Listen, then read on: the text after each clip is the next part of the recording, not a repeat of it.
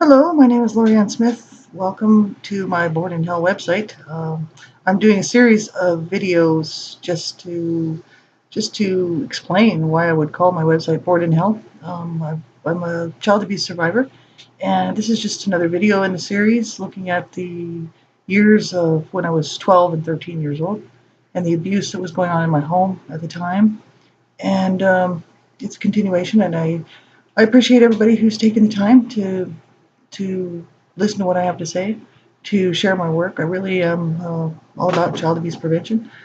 I co-founded Advocates United for Humanity with Donna Shear, and uh, and Lee Roberts has joined us, and we're all about stopping violence and mainly child abuse prevention. So, you know, child abuse prevention is a huge, you know, uh, it means everything to me. I don't have children, because I was made to be barren at the age of 8 years old, between 8 and 9, from sexual abuse, child sexual abuse, incest. And I don't have any children. I didn't adopt. I had way too many problems. And this is my little cat, Lori. Hi, baby. Look at how sweet she is. She's very, very sweet. She always wants to be in the video to say hi. And so I don't mind. She's just my baby. And I love her dearly. She's a sweetheart. And I don't have any children, but I care about children and I know what they're going through out here. And, I just managed to survive. And my mother didn't kill me. My dad didn't kill me. They could have. They threatened to. They the beatings that I took from them could have killed me, but didn't. So I'm still here. And the whole world, doesn't want to hear about this. A whole world out here, century after century, year after year, doesn't want to hear about this. And that's why I keep speaking out about it. I'm not going to let it go under the carpet. I said, while I live and breathe, I will continue to speak about this stuff. People say, well, wouldn't you be much better as a survivor of abuse just to move on and, just have a good life? You have a good life now. You're not being abused. Decent life for yourself. And wouldn't it just been so much easier to walk ahead and walk on and leave this in the past where it belongs? And it would be easier and it would be doable. But I can't do that. I can't do it. I cannot close my eyes to human suffering. And it's probably just the way I am. It's my makeup. It's who I am. I never could close my eyes to human suffering. And so this is why I do what I do. I can't, bear the thought. Every time I see a headline of another child murdered or dying from the abuse that they suffered at the hands of an abuser who killed them, outright murder, it breaks my heart. Because I know what it's like to be laying on the ground, having your life threatened, being beaten nearly to death. I know what that's like. And just being threatened all the time and just being told you're not wanted, you're worthless, And just these teens out here who are running from abusive homes, I just can't close my eyes to it. So therefore I can't move on from it. And I figured as long as I'm here, I'll keep speaking out. So thanks everybody for tuning into my work. I really appreciate it. And hopefully it's streaming properly. Sometimes it does, sometimes it doesn't. And hopefully it's streaming properly. I'm doing this. I'm not doing this live anywhere. I'm just doing these on my home movie maker program, and then uploading them on YouTube, and then putting them over on my Born in Hell website. So thanks everybody. I really appreciate your support.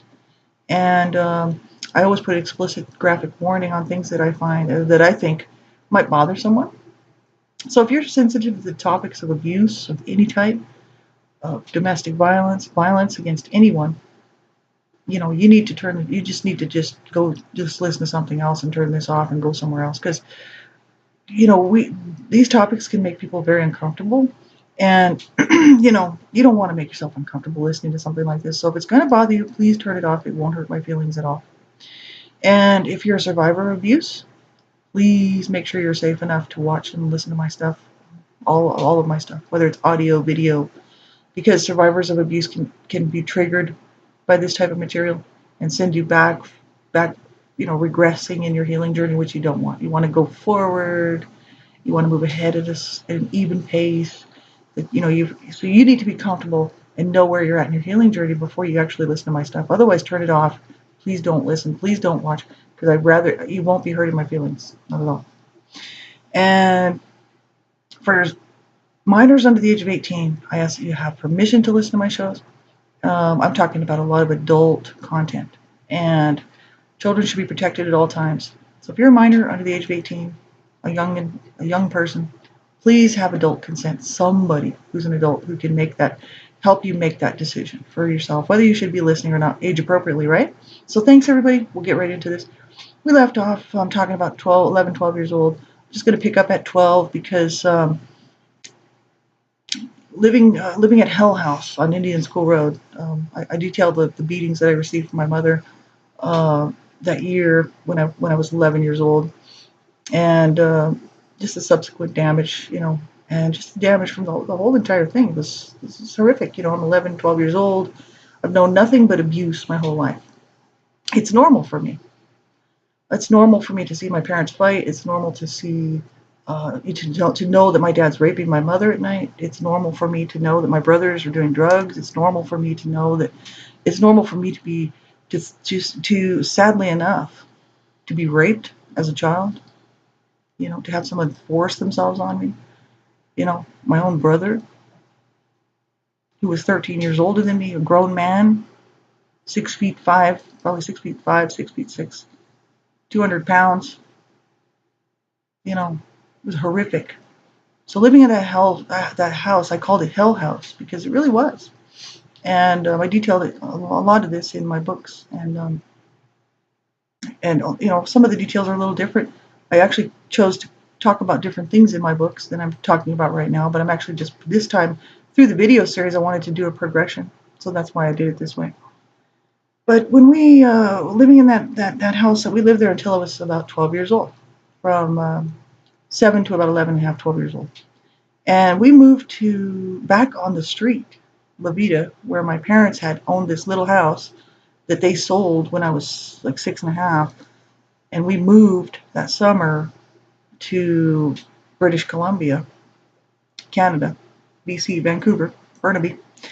And they sold this house, that they had, and my dad sold it out from underneath my mom. I was talking about that on the previous videos. You can watch that if you want to. We ended up back on that block, next door to the house that my parents used to own. Renting at this other house that was right next door to the house my parents used to own. So the same owners were there, the people that bought it. And I didn't pay attention to those people. I didn't know them. But we moved back on the block. And when we left Hell House, I left behind some very horrific stuff. My shows are graphic, and I'm going to talk about a whole lot of graphic and detailed graphic stuff here. So if it's going to bother you, please turn the show off. But I mean, when that Hell House situation, from the sexual abuse, from the violence and the abuse from my mother towards me, from being beaten on a couple of times by my dad, mistreated by my parents, and I had the memories, the horrific memories from that house, from living in that house. They stay with me, and but when we moved from there, I actually thought that I could leave them behind. I thought that I could leave those memories behind, that child sexual abuse, the time after time after time of sitting in a bathtub with rose-colored bloody water, not just from the child sexual abuse, from the beatings that my mother was dishing out, and like the beating in the front yard. And I had to pull the cactus out of my hands. I had to pull the thorns and those goat heads out of my knees and out of my legs. And I'm sitting in a tub of water in so much pain and so much agony. And nobody cared. And nobody does care. Right? And, that's just some of the memories that I have. After the sexual abuse, the sexual assaults, the rape, the violent rape, sodomy and rape. I'm sitting in that tub, bleeding and sick. And I mean, it was just horrific when I think about how many times I sat in that tub, just holding my knees, just going, I can't do this. I can't. How can I do this? How can I take this? How can I live? How can I live in this? I was in so much pain, not just physical pain, emotional pain, spiritual pain. My whole world was rocked with pain. In the meantime, I'm a little kid. I want to do little kid things and have fun. The days of fun for me were over. So when we moved over onto Levita, into this house right next to the one that my parents used to own, it was my mom and dad, myself, my sister Kathy, and my brother Howard. So that summer, my brother Rob had, I was back on the street with my best friend. One good thing was I was back on the street with my best friend Arlene, and I loved her. She was my very, very best friend in the whole world. And she was my protector when I was in elementary school with her. So not so much later, because I couldn't go to the same schools for junior high, so we separated off there, but we were always best friends. And we had, so much fun just not saying anything together. We wouldn't even talk very much. We'd just hang out like sisters, like what sisters really should be. And I just loved her so much. So I was back on the block with her. She just lived across the street. I used to live in the house next door, but now I was in the house next to that one. It didn't really matter. It was one house away from where we used to live. So she was happy I was back on the block. I was happy I was back on the block. And but my brother Howard, he was doing a lot of drugs at this point. And he would, like, if he couldn't, like, get any money off my parents, steal money out of my mom's purse. My mom didn't have a lot of money, My parents didn't have a lot of money. He was a pill popper. My brother Howard, he was 7 years older than me. And he was just always high and always on drugs. I don't think I ever really saw him sober, to be honest with you, or, not high, right? Because he was always messed up on something. And so I was used to being around people using drugs, And I always thought I don't want to be like that, because my brother would be, sitting on the couch, passed out with his zipper undone and his, privates hanging out and sandwich on the floor, with the bread on one side and all the meat on the other side, flipped over where he dropped it because he was passed out, right? Too many drugs, right? And I'd be looking at the sandwich going, man, that's a waste of a good sandwich. Right?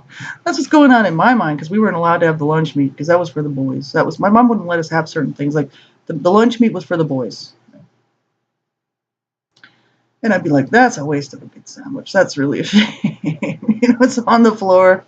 Nobody'd pick it up, and nobody would check to see if my brother was alive or not. It was kind of like, we were used to seeing this. And in my home, nobody gave a rat's what about anybody. So nobody cared. But I thought, I'm not going to do drugs. No way. Well, that summer, I actually started smoking pot. And, they say pot doesn't lead to other things, but with people like me, it does. But I was a drug addict in the making. Just the horrific lifestyle that I was forced to endure. I didn't care if I hurt myself. I didn't care if I did. I'll go into a lot more detail in future shows about this, but just for right now, I'll just mention that I started doing a smoking pot, and I just started going to. I was 12 years old, and I started high school.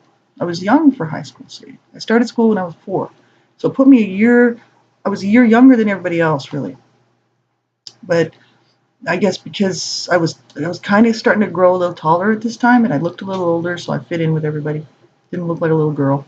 I certainly didn't behave like a little girl, because that little girl was dead long time ago, right? So I was kind of like, I thought, if I just close off and close people out, then nobody can get in to hurt me. So I just was very standoffish with people. People took that for a bit of toughness and actually left me alone in high school, pretty much. I didn't have too many problems in high school with people trying to bother me, because I was pretty tough. And I wasn't a wimp hanging out and hiding in the corner. I took it back to my dad's head, right? So I would never do anything to hurt my parents or, like that. I was really trying to protect my mother because I thought my mother was going to be, I thought my dad was going to kill my mother. And I would always stand up for my mother and I would always go to bat for her and it would always get me a beating, right? This just continued on and on and on. And I will go into more detail about that in another show. Right now, I'm 12 years old. I'm hanging around with my friend Arlene. And I'm supposed to be kind of 12 years old. I should be still having fun like a kid, really. But, those days are gone. But this new girl moves on the block, sort of just a couple houses down from where my friend lived. And I see her out in the yard, and I'm like, I went over to talk to her. She looked pretty friendly. And her name was Desiree. And is Desiree. She's still living. She's beautiful. And we don't really keep in touch, but I just love her so much. And we were best friends. Arlene, Desiree, and myself. We were the three amigos. We went everywhere together. Desiree was older than all of us, I think by 1 year. Arlene was older than me by another year, and so I was 2 years younger than Desiree. And we used to pal around. We did everything together. I used to go to school with them in the morning because we all were going to the same high school for a while, for the first year, ninth grade, for me in my ninth grade. And we'd be high in the morning. We'd be smoking joints in the morning. I don't know where this pot was coming from. I didn't care. I was determined I was never going to do drugs. I was never going to smoke pot. I was never going to be one of those people like my brothers, right? But I guess I made a concession there and really began to get high every day. And at the age of 12, and kind of experiment with a few other drug type things, but nothing major at this point. But I was always so stoned, I could never remember my locker number, and never had my books. Didn't do well in ninth grade at all. I did show up to class. I didn't ditch or anything because my mother would have, like we know, she would have killed me. So my dad would have too, but my mom was mainly responsible for most of my abuse. So I was really more concerned about my mom than my dad. I was kind of worried that my dad might have a psychotic episode and kill us all at night, but that was that concern. It was a little different than my mom. I thought my mom would bash my brains in, right? Which she attempted to do a few times. And so, yeah, it was just, my mom was happy to be back on the block with her friends that she had missed. She was glad to be back on the block so she could see all of her neighbor friends. They were still there. All those same people were still there. We'd only been gone from the block for about, 4.5 years. And 5 years, actually. No, it was a little longer than that. 6.5 to 11.5, 5 years. So, but she was glad to be back over there with the neighbors. And one day my sister Kathy, who was 5 years older than me. I'm 12.5, let's say. And she's 5 years older than 5.5, actually. So she would have been about almost 17. She was running through somebody's backyard and hit some chicken coop barbed wire. And it was a neighbor down the street, her friend, and sliced her eye open. And it was bleeding, well, literally sliced her eyeball. The eyeball, not this eyelid. Like she sliced her eye, right? She's freaking out. She comes running home, running into the house. Mom, I sliced Mom. And my mom's like, well, just the same thing with me. What do you want me to do about it?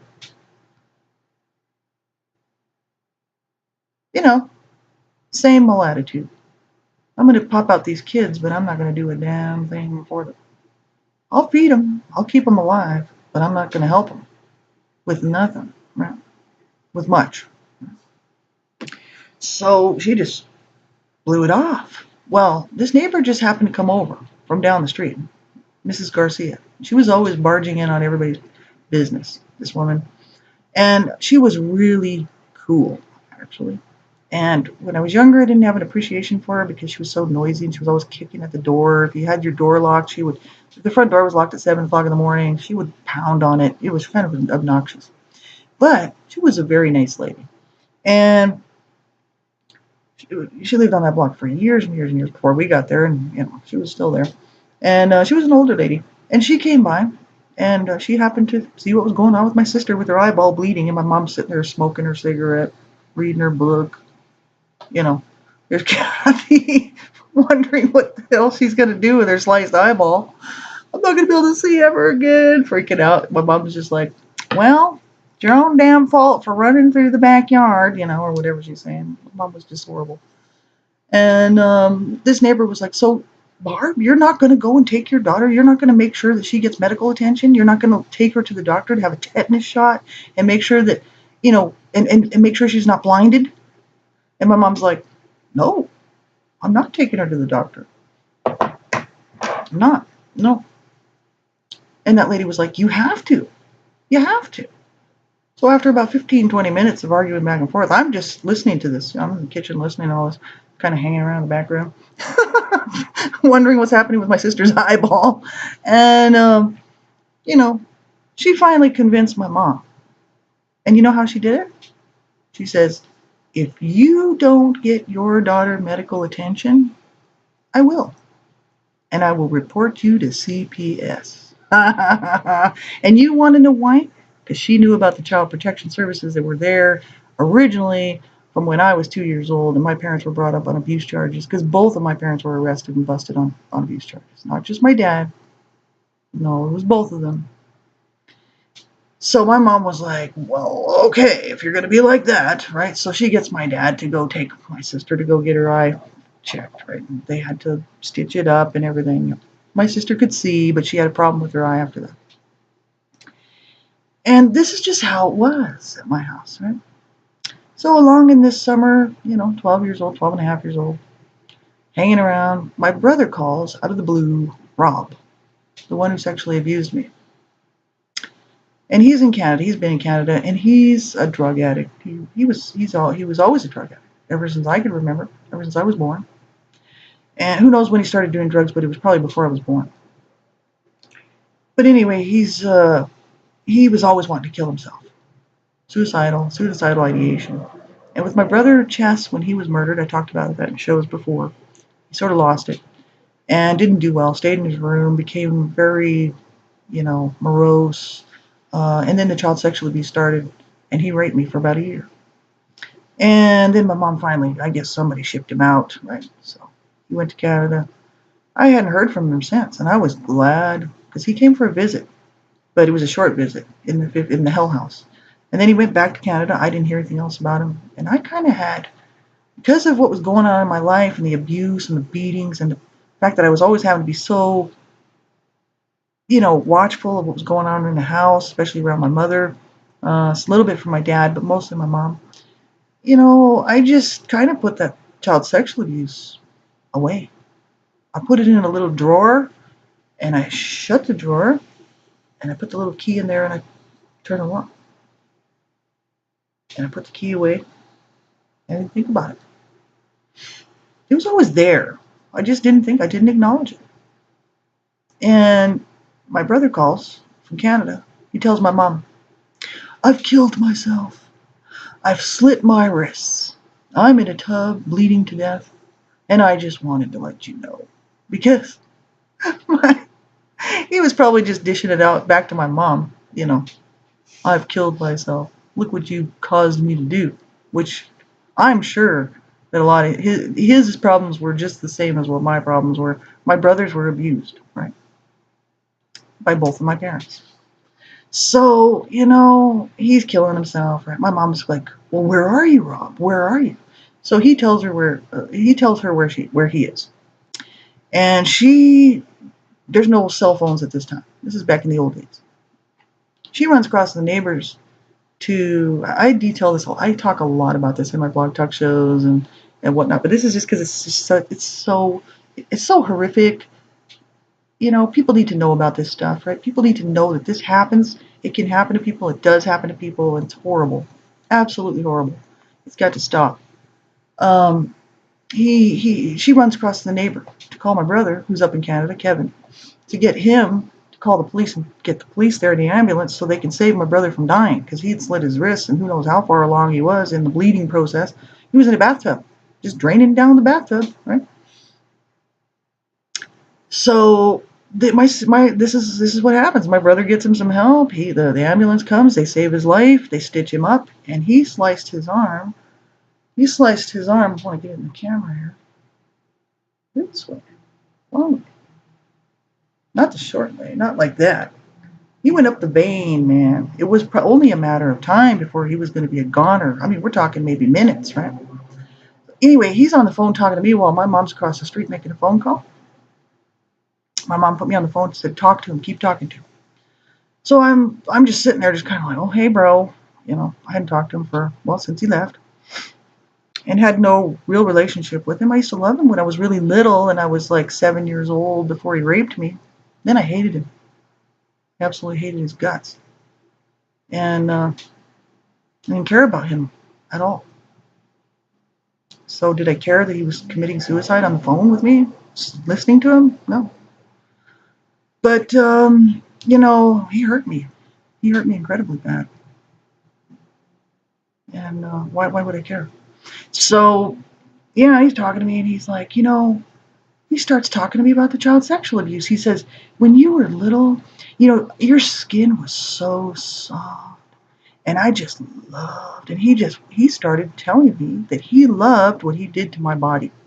He says, I loved what I did to you.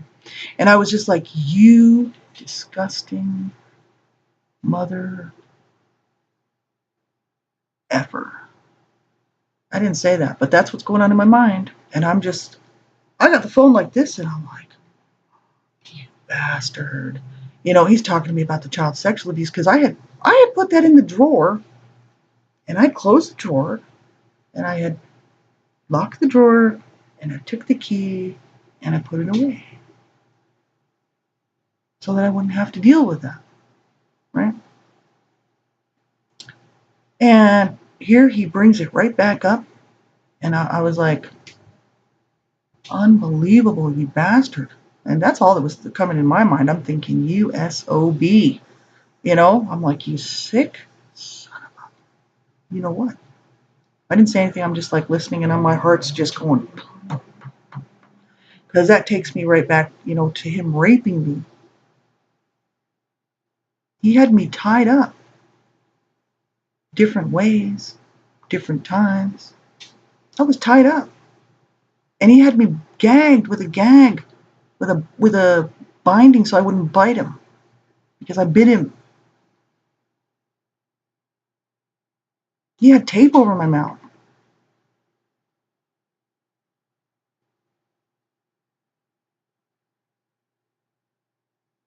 And he has the nerve to sit there and tell me on the phone, when he's killing himself, that he enjoyed what he did to my body. Now, at this time, I didn't know I was barren.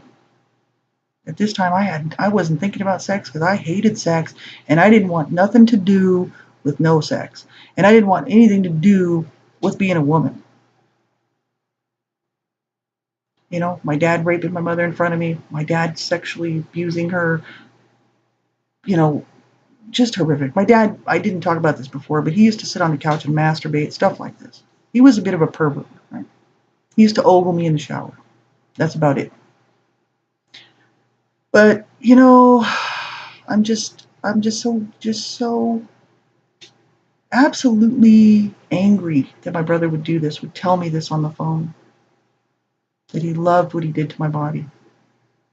And I'm sitting there, and it takes me back to that rose-colored water, and me sitting in the tub, because I can't stand up, because my legs won't hold my weight from the rape, from the assault. And I was 8 years old, skinny little thing, just a tiny little thing. And I'm thinking, you sick son of a bitch. So my mom comes back. They save him. And I then again put that in the drawer, shut the drawer, take the key. I want people to understand how this works. Take the key and put it away. Because I got to be able to live. I got to be able to survive. And I'm still being abused. I'm still not being looked after. Right? And I put that away for a while, And shortly after, he comes to stay with us. My mom brings him back to New Mexico, back in the house. I'll include a photo here if I can get it enlarged enough for you to see just how big he was and how tall he was. I was 12 at this point, 12 and a half, and I was a lot taller than I used to be when I was 8. And that man raped me, and he hurt me. And, I'm just, devastated that my mom brings him back in the house, because I'm thinking, what if he rapes me? I can't tell my mom anything. She'll just beat the shit out of me for even mentioning it, because I'm a whore. I'm a slut. I'm a C word. I'm a cunt. She used to call my sister that too. Me and my sister talked about that. We were like, why would she call us a slut and a whore and a cunt? Like, we weren't even sexually active. Well, I wasn't until my brother raped me. It makes me sick. Because nobody cares. Nobody gives a rat's you know what. So, but my mom, she just wanted to see if she could hurt you, see. Whatever she could do that could just to hurt you, or just to get you to say, no, I'm not, then she could beat the shit out of you. Right? So if you say, I'm not that, then she has a reason to come over and pummel you, right? So that's what it was all about. So horrible. She was probably just a picture, a picture of her own mother, right? My grandmother. And it was just absolutely horrific. So my brother comes and stays with us. And one day my nephews are over playing again. My nephews were always around here and there. They lived in the same city. My sister would let them come over to see their grandma and their grandpa. Well, they were actually over there. My parents were out, and I don't know where they were. I guess my dad would have been working, and my mom would have probably been. My mom might have been working too, because at this time my mom had a little part-time job. And it was daytime. My brother was in the house. He's in the living room, sitting in the rocking chair. We had like a little, it was one of the lazy boy type. It wasn't lazy boy. We couldn't afford no lazy boy, but it was kind of a comfortable chair that you could, one of those type recliner type things. And he's sitting in that chair. Me and my nephews are coming in now. We're kind of running through the backyard, because how kids are. They like to run through the house, always, right? It's fun, right? And parents should just let their kids do it. It's fun. If I had kids, I'd encourage it. I'd actually be leading the pack. I'd be like, let's run through the house, man. Because it's fun, and kids should be allowed to have fun. As long as they're not breaking things, right? And there's no mud. New Mexico, it's very dry. You can't drag mud in. There's no mud. There's no rain. So, you're not bringing in mud or anything like that. Just let them run through. Who cares, right? Well, so we were running through, having a good time. And they would run out through the front door, and then I'd chase after them, and then we'd come back around and we'd go through the back door. Well, my brother, he tried to kill himself raw. Still had stitches in his wrists. He's trying to heal up, right? He got so mad because he didn't want any little kids around. He's a drug addict, drug user. He probably couldn't get any drugs. He couldn't probably figure out where to get cocaine, where he was going to get the money for the cocaine. He was a cocaine addict. And so he's probably freaking out because he can't get his drugs. He's sitting in his abusive parents' house in New Mexico, next to the house that he grew up in, being abused. And he's got these little kids running through the house, So he's 13 years older than me. I'm 12 and a half. He's 25. He's 25, 26 years old by now. I'm not going to, somewhere close to that. And so he tells my nephews, he tells us, he says, you stop running right through there right now. You get out and stay out. So they run out the front door because they're like, uh-oh, Uncle Rob is mad. So they go out the front door, shut the door behind them. And he comes over to me. He says, you stay out because you know what I'll do to you. And I'm like, oh, you better not. I was concerned that he was going to rape me again. It was absolutely horrific. It was not a good situation. He went home. He went back up to Canada after a while. My mom did ship him back. So this was just more horror on top of more horror. Now the next video I'm going to do is age 13. Actually, I can't include it with this one. It's too long, and it does take a long time to upload these and a long time to listen to me going on about this.